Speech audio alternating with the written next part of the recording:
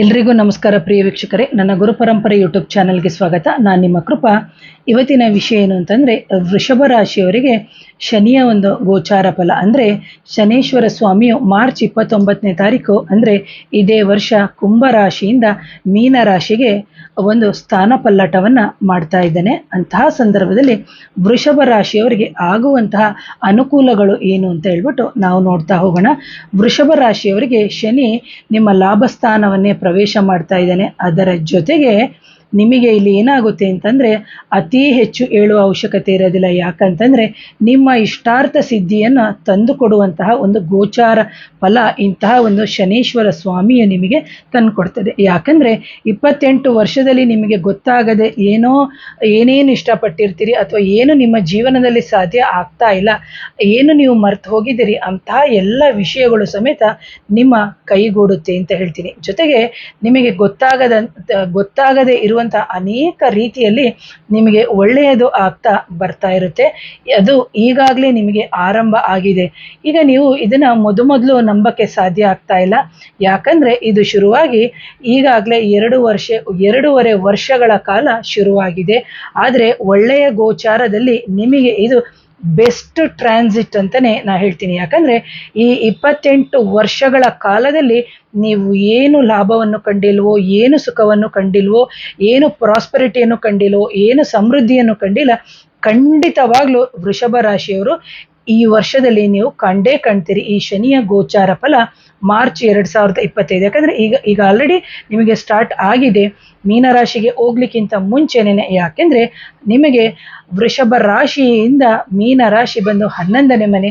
ಇಲ್ಲಿ ಬಂದು ನಿಮಗೆ ಕೀರ್ತಿ ಆಗಿರ್ಬೋದು ಅಥವಾ ಜೊತೆಗೆ ಪ್ರಪಂಚದಾದ್ಯಂತಹ ನಿಮಗೆ ಕೆಲವೆಲ್ಲ ಆರ್ಡರ್ಗಳು ಸಿಗೋದಾಗಿರ್ಬೋದು, ಒಂದು ಯಾವುದೇ ಒಂದು ಬ್ರ್ಯಾಂಚ್ ಅಂತ ಇದ್ರೆ ಅದನ್ನು ಜಾಸ್ತಿ ಮಾಡೋದು, ಮೀನ್ಸ್ ಅದನ್ನು ಎಕ್ಸ್ಟೆನ್ಷನ್ ಮಾಡೋದಿರ್ಬೋದು. ಜೊತೆಗೆ ನಿಮಗೆ ಮಿತ್ರರು ಹೆಚ್ಚಾಗುವಂತಹ ಸಾಧ್ಯತೆ ಇರುತ್ತೆ.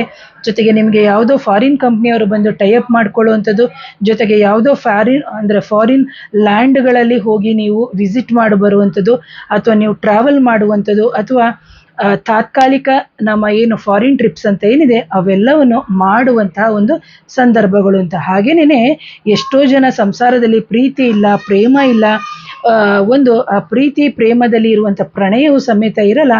ಅಂತಹ ಸಂದರ್ಭದಲ್ಲಿ ನಿಮ್ಮ ದಾಂಪತ್ಯದಲ್ಲಿ ಏರುಪೇರು ಆಗಿದ್ರೂ ಸಮೇತ ಅದಕ್ಕೆ ನಿವಾರಣೆ ಆಗುವಂತಹ ಸಂದರ್ಭಗಳು ಬಂದಿದೆ. ಯಾಕಂದರೆ ದಾಂಪತ್ಯ ಜೀವನದಲ್ಲೂ ಕೂಡ ನಿಮಗೆ ಏರುಪೇರು ಆಗಿತ್ತು, ಜೊತೆಗೆ ಮುಂದಿನ ದಿನದಲ್ಲೂ ಸಮೇತ ಆಗೋದಿದೆ. ಯಾಕಂದರೆ ಅದಕ್ಕೆ ಬರೀ ಇದು ಫಲಗಳನ್ನ ಮಾತ್ರ ಹೇಳ್ತೀನಿ.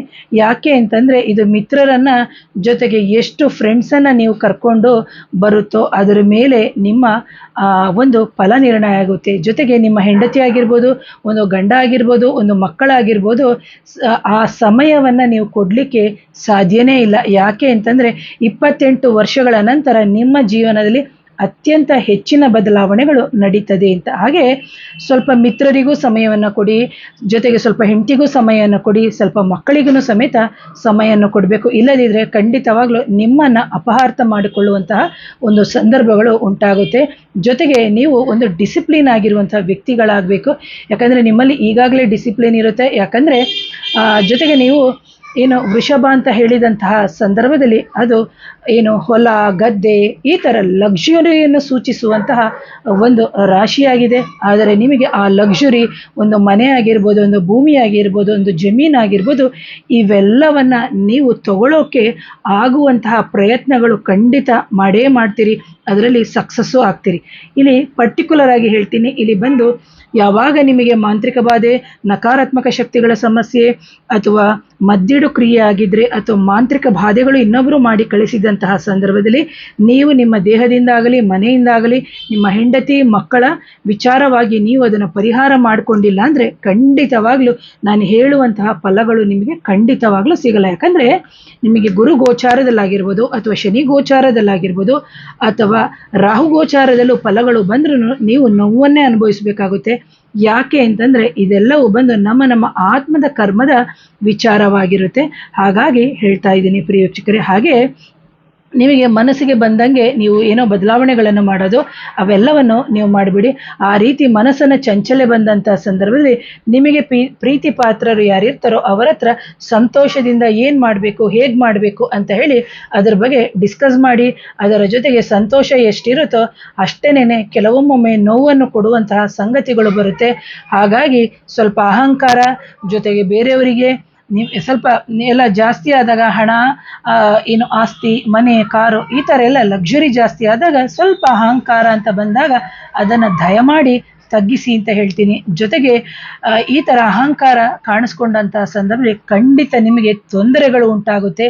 ಯಾರು ಏನೇ ತೊಂದರೆ ಕೊಡಬೇಕು ಅದನ್ನು ಬಂದು ನಿಮಗೆ ನೇರವಾಗಿ ತಟ್ಟುತ್ತೆ ಅಂತ ಹೇಳ್ತೀನಿ. ಹಾಗೇನೇ ನೀವು ಹೇಳಿದ್ದೇ ನಡೆಯುತ್ತೆ, ನಾನೊಂದು ದೊಡ್ಡ ಸ್ಥಾನದಲ್ಲಿ ಇದ್ದೀನಿ ಅಂತ ಹೇಳಿದಂತಹ ಸಂದರ್ಭದಲ್ಲಿ ಖಂಡಿತವಾಗ್ಲೂ ಮೀನ ರಾಶಿಗೆ ಶನಿ 11ನೇ ಮನೆಯಲ್ಲಿ ಕೂತ್ಕೊಂಡು ನಿಮ್ಮ ರಾಶಿಗೆ ದೃಷ್ಟಿ ಹಾಕೋದ್ರಿಂದ ನಿಮಗೆ ಚೆನ್ನಾಗೇ ಕಲಿಸ್ಬಿಡ್ತಾನೆ. ಹೇಗೆ ಕೊಡ್ತಾನೋ ಅದೇ ರೀತಿ ಪೆಟ್ಟನ್ನು ಸಮೇತ ಕೊಡ್ತಾನೆ. ಹಾಗಾಗಿ ನಿಮಗೆ ಎಷ್ಟು ಘನತೆ ಗೌರವವನ್ನು ಕೊಡ್ತಾನೆ ಅದೇ ರೀತಿ ನೀವು ಸಮಾಜಕ್ಕೆ ಅಥವಾ ಕೆಲವೆಲ್ಲ ಒಂದು ಧಾರ್ಮಿಕ ಕಾರ್ಯಗಳಿಗೂ ಸಹಾಯ ಮಾಡಿ ಅಂತ ಹೇಳ್ತೀನಿ. ಹಾಗೇನೇ ಕಾಲಕ್ರಮೇಣವಾಗಿ ಗೋಚಾರ ಮುಂದುವರಿತಾ ಇದ್ದಂತೆ ಇದು ನಿಮಗೆ ಅರ್ಥ ಆಗಲಿಕ್ಕೆ ಶುರುವಾಗುತ್ತೆ. ಜೊತೆಗೆ ಯಾಕೆ ನನಗೆ ಅಹಂಕಾರ ಬಂತು, ಯಾಕೆ ನನಗೆ ಇಷ್ಟು ದಿನ ಗರ್ವ ಬಂತು, ಇವೆಲ್ಲವನ್ನು ನೀವೇ ಕೂತ್ಕೊಂಡು ಯೋಚನೆ ಮಾಡಿ.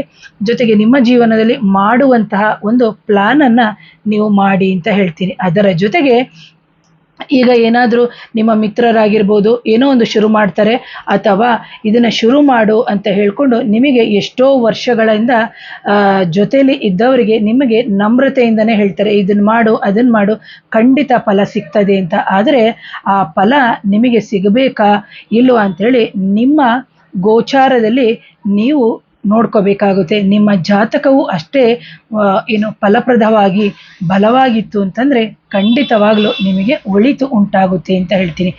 ಯಾಕೆ ಅಂತಂದರೆ ವೃಷಭ ಲಗ್ನ ಆಗಿರ್ಬೋದು ಅಥವಾ ವೃಷಭ ರಾಶಿ ಆಗಿರ್ಬೋದು, ಮೀನ ಬಂದು 11ನೇ ಮನೆ ಆಗಿರೋದ್ರಿಂದ ಅದರ ಜೊತೆಗೆ ಈಗ ಗೋಚಾರದಲ್ಲಿ ಷಡ್ ಗ್ರಹಗಳು ಅಥವಾ 6 ಗ್ರಹಗಳು ಏನಿದೆ 11ನೇ ಮನೆಯಲ್ಲಿ ಯಾವ ಸಂದರ್ಭಕ್ಕೆ ಹೇಗೆ ಫಲಗಳನ್ನು ಖಂಡಿತವಾಗ್ಲೂ ಕೊಡ್ತಾನೆ. ಆದರೆ ನಮ್ಮ ಮೂಲ ಜಾತಕ ಏನಿದೆ ಆ ಮೂಲ ಜಾತಕವನ್ನು ಸಮೇತ ನಾವು ನೋಡಬೇಕು. ಜೊತೆಗೆ ನಿಮಗೆ ಅತ್ಯಂತ ಹೆಚ್ಚಿನ ರೀತಿಯಲ್ಲಿ ಸಮೇತ ಫಲವನ್ನು ಬರುತ್ತೆ ಅಂತ ಹೇಳ್ತೀನಿ. ಹಾಗೇನೇ ಇಂತಹ ಫಲವನ್ನು ಬಂದಂತಹ ಸಂದರ್ಭದಲ್ಲಿ ನೀವು ಕೂತು ಯೋಚನೆ ಮಾಡಬೇಕು, ಇಷ್ಟು ಬಂತಲ್ಲ, ಇಷ್ಟು ಬಂದಿನ ಎಷ್ಟು ಸಾಲ ಕೊಡಬೇಕು, ಯಾವುದನ್ನು ಯಾವುದಕ್ಕೆ ಪರಿಹಾರಕ್ಕೆ ಕೊಟ್ಕೋಬೇಕು, ಮಕ್ಕಳು ಫೀಸ್ಗೆ ಎಷ್ಟು ಕೊಡಬೇಕು, ಮನೆಗೆ ಉಳಿತಾಯಕ್ಕೆ ಎಷ್ಟು ಇಟ್ಕೋಬೇಕು, ಅಥವಾ ಒಂದು ಸಾಲ ತಗೊಳ್ಳೋಕೆ ಎಷ್ಟು ಹೋಗಬೇಕು, ಸೈಟ್, ಇದೆಲ್ಲವನ್ನು ನೀವು ಪ್ರೀ ಪ್ಲ್ಯಾನ್ ಮಾಡ್ಕೋಬೇಕು. ಆಲ್ರೆಡಿ ನೀವು ತುಂಬಾ ಕ್ಯಾಲ್ಕುಲೇಷನ್ ಇರ್ತೀರಿ, ಮನಸ್ಸಿನಲ್ಲಿ ತುಂಬ ಲೆಕ್ಕಾಚಾರ ಹಾಕ್ಕೊಂಡೇ ಮುಂದುವರಿತಿರ್ತೀರಿ ಯಾವುದೇ ಕಾರ್ಯಗಳನ್ನು. ಆದರೂ ಇನ್ನೂ ಹೆಚ್ಚಿನ ಲೆಕ್ಕಾಚಾರವನ್ನು ಇಟ್ಕೊಂಡು ನೀವು ಮುಂದೆ ಹೆಜ್ಜೆ ಇಟ್ಟರೆ ಖಂಡಿತವಾಗಲೂ ನಿಮಗೆ ಒಳ್ಳೆಯದಾಗುತ್ತೆ ಅಂತ ಹೇಳ್ತೀನಿ.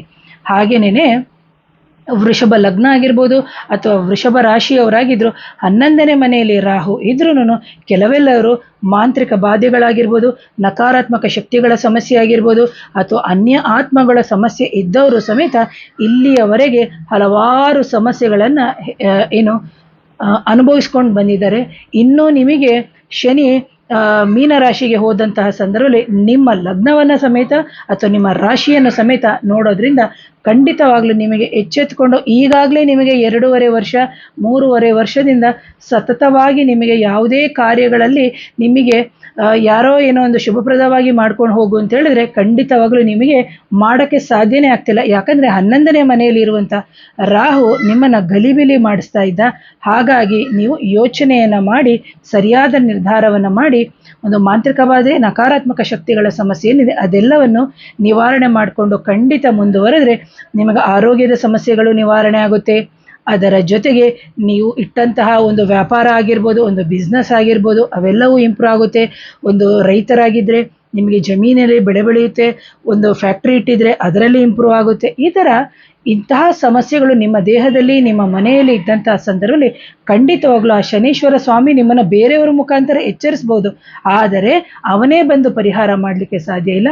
ಹಾಗಾಗಿ ಕೆಲವೆಲ್ಲ ನಮ್ಮಂಥ ವಿಡಿಯೋಗಳ ಮುಖಾಂತರ, ಗುರು ಹಿರಿಯರ ಮುಖಾಂತರ, ಸಾಧಕರ ಮುಖಾಂತರ ಪರಿಹಾರ ಮಾಡ್ಕೊಳ್ಳಿ ಅಂತ ಹೇಳ್ತೀನಿ. ಹಾಗೇನೇ ನಿಮಗೆ ಪರಿಹಾರ ಬಂದು ಪ್ರತಿ ಶುಕ್ರವಾರದಂದು ಬಂದು ನೀವು ಇಲ್ಲಿ ಏನು ಮಾಡಬೇಕಾಗುತ್ತೆ ಅಂದರೆ ಅವರೆಕಾಳು ಅಂತ ಏನಿದೆ ಅಂತಹ ಅವರೆಕಾಳನ್ನು ನೀವು ದೇವಿಯ ದೇವಸ್ಥಾನಗಳಿಗೆ ದಾನದ ರೂಪದಲ್ಲಿ ಕೊಡಿ.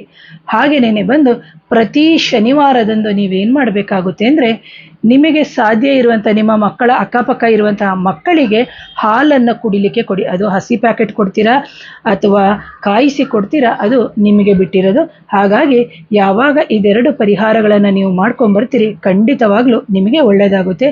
ಇಲ್ಲಿ ಬಂದು ಮೇಷದಲ್ಲಿ ಅಶ್ವಿನಿ, ಭರಣಿ, ಕೃತಿಕ, ಇಲ್ಲಿ ಬಂದು ವೃಷಭದಲ್ಲಿ ರೋಹಿಣಿ, ಮೃಗಶಿರ ಈ ನಕ್ಷತ್ರಗಳು ಬರುತ್ತೆ. ಹಾಗಾಗಿ ಯಾರ್ಯಾರು ಈ ವೃಷಭ ರಾಶಿಯಲ್ಲಿ ಇರುವಂತಹ ನಕ್ಷತ್ರದವರು ಸಮೇತ ನೀವು ಎಚ್ಚೆತ್ತುಕೊಳ್ಬೇಕಾಗುತ್ತೆ ಅಂತ ಹೇಳ್ತೀನಿ.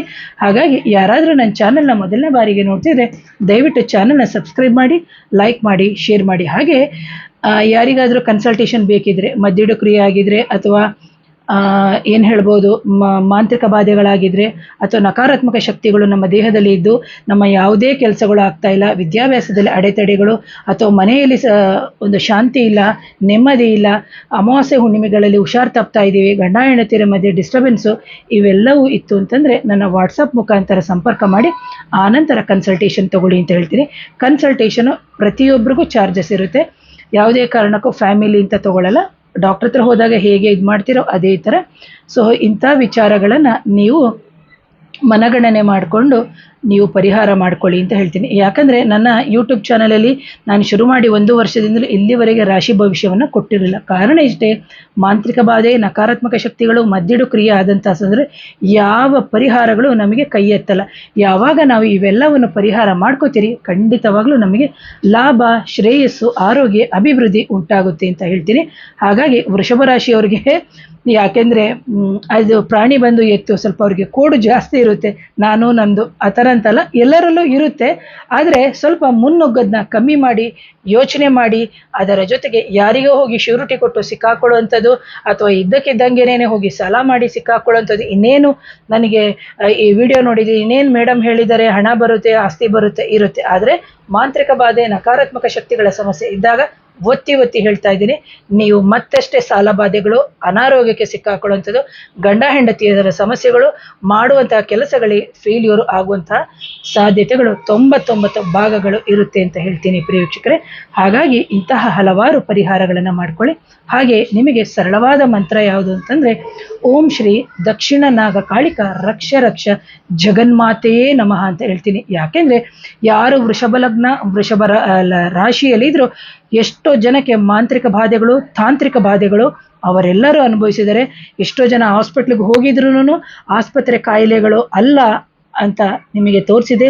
ಅದರ ಜೊತೆಗೆ ಮೇಲ್ನೋಟಕ್ಕೆ ಆಸ್ಪತ್ರೆ ಕಾಯಿಲೆಗಳು ಅಂತ ಅನ್ನಿಸಿದ್ದರೂ ಸಮೇತ ಅದರಿಂದ ನಿಮಗೆ ಪರಿಹಾರ ಆಗಿರಲ್ಲ. ಯಾವಾಗ ನೀವು ಇಂತಹ ಒಂದು ಮಂತ್ರಗಳನ್ನು ಅಥವಾ ಹೇಳಿರುವ ಪರಿಹಾರಗಳನ್ನು ಮಾಡ್ಕೊಳ್ತೀರಿ ಅಂತಹ ಸಂದರ್ಭದಲ್ಲಿ ನಿಮಗೆ 100ಕ್ಕೆ 100 ಭಾಗವು ಸಕ್ಸಸ್ ಆಗ್ತೀರಿ ಅಂತ ಹೇಳ್ತಾ ಇವತ್ತಿನ ವಿಡಿಯೋನ ಮುಗಿಸ್ತೀನಿ. ಮತ್ತೊಮ್ಮೆ ಧನ್ಯವಾದಗಳು. ಹಾಗೆ ಯಾರಾದರೂ ನನ್ನ ಚಾನಲ್ನ ಮೊದಲನೇ ಬಾರಿಗೆ ನೋಡ್ತೀರಿ ದಯವಿಟ್ಟು ಚಾನಲ್ನ ಸಬ್ಸ್ಕ್ರೈಬ್ ಮಾಡಿ, ಲೈಕ್ ಮಾಡಿ, ಶೇರ್ ಮಾಡಿ, ಕಮೆಂಟ್ ಮಾಡಿ. Thank you.